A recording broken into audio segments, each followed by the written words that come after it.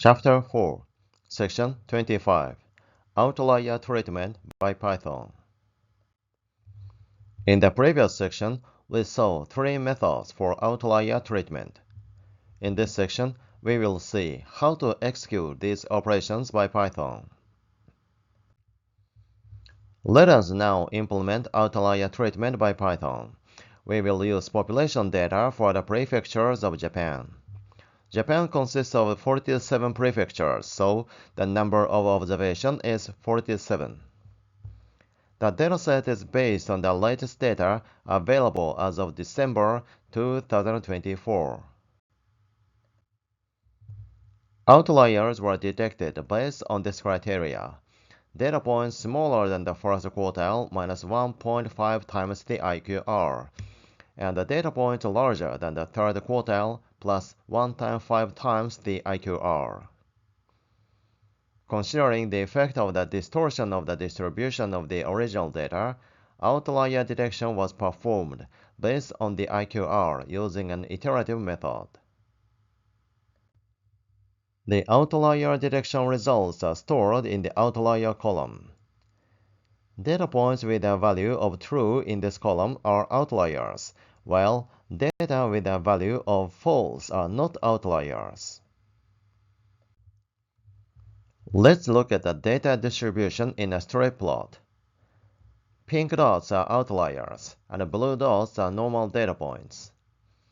We can see that prefectures with extremely large populations are considered outliers. These prefectures include major cities, so considering them as outliers is questionable in an actual analysis. However, since our purpose here is to show an example of outlier treatment implementation, we will assume that this way of defining outliers is appropriate. Let's begin by excluding outliers. We can complete outlier removal by creating a new data frame with the outliers excluded. So, the new dataset should contain only known outliers. Thus, all of its rows must be false in the outlier column. Therefore, we set the conditional expression df outlier equals false. This will select only those rows for which the value of the outlier column is false. Enclose this conditional expression in square brackets and placing it after the data frame df. It will retrieve only rows for which the outlier column is false. Then, use copy method to create a new data frame as an independent copy. This allows the new data frame to be manipulated without affecting the original data frame, df. The new data frame is named df no outliers. The results are shown here. The data distribution after removing outliers is visualized in this straight plot. You can see that the outliers are gone. The shape of the data shows that the number of observations has decreased from the original 47 to 37. This means that 10 observations were classified as outliers and were excluded. Next, let's capping outliers. Using the mean and standard deviation of the population columns, we set the threshold to limit the outliers. Here, the threshold value is the mean plus 3 standard deviations. If the outlier column is true and the value in the population column exceeds the threshold value, the operation will replace that value with the threshold value. First, set the threshold value. Calculate the mean and the standard deviation of the population column and store them in the variables mean underscore population and std underscore population respectively. Then, calculate the threshold as the mean plus 3 standard deviations and store it in the variable named threshold. Next, copy the original data frame df and create a new data frame called df capped. This allows us to operate on a new data frame without changing the original data. Then, capping is done based on threshold values. Using np.where, where, we modify the values in the population column for the rows that match the outlier conditions. The first condition is that the observation is an outlier. The second condition is that the value of the population is above the threshold. To set the condition that these two conditions are satisfied, we enclose each of the two conditions in parentheses and connect them with ampersand. In np.where, the return value for the condition being met is specified immediately after the condition, and the return value for the condition not being met is specified next. If these two conditions are met, the value in the population column is replaced with threshold. If the conditions are not met, the original value is retained. Let's display the results. As we can see, there is no change in the data before and after applying capping. It means that there were no outliers that exceeded the threshold value.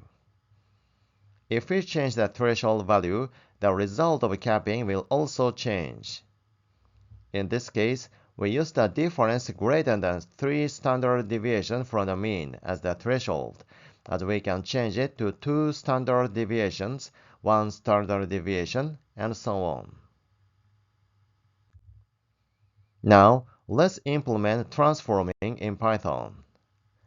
Unlike removing and capping, transforming is applied to the entire data point, not just outliers. First is logarithmic transformation. NumPy's log1px computes log 1 plus x. This allows for safe handling of 0 or very small positive values and avoids the error of computing log 0 and going to infinity.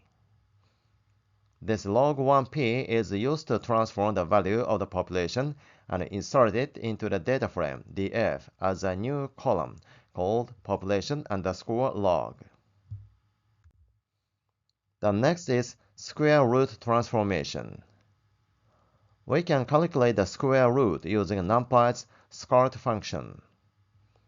The scart function transforms the value of the population and inserts it into the data frame df as a new column called population_scart.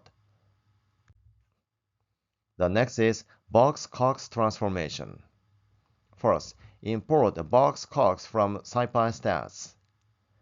The variable population is transformed by box-cox function. Since the box-cox transformation requires all values to be positive, we add 1e minus 6 as a correction to ensure that the value of the population is positive. Compare the distribution of the original data and the transformed data using each transformation method. You can see that logarithmic transformation compresses the data most drastically. The box-cox transformation with the lambda of 0.5 is almost the same as the result of the square root transformation. Next, using straight plot, let's compare the results of the box-cox transformation for various values of lambda. When we set lambda equals 1, the transformation does not change the original value. Data is left as is. When we set lambda equals 0.5, the square root-like transformation reduces the scale of larger values, but retains their differences more than logarithmic transformation. When we set lambda equals 0, it becomes the logarithmic transformation. When we set lambda equals minus 0.1, inverse-like transformations aggressively compress larger values, making them much closer in scale to smaller values. This table summarizes the comparison of the three methods. Removing is recommended. when outliers are clearly erroneous or irrelevant to the analysis. Capping is recommended when we use datasets where extreme values are valid but need to be controlled to reduce their influence. Transforming is recommended when retaining the entire dataset is important, and the goal is to reduce the effect of outliers while improving model performance. This section discusses only the case of univariate outlier. In the case of multivariate outliers, outlier removal can be done in the same way as for univariate outliers. For capping and transformation, other methods are needed to handle multivariate outliers. Those methods will be covered in later chapters when we discuss principal component analysis. Thank you for watching. If you have any questions, feel free to ask in the comments. Your feedback is always appreciated.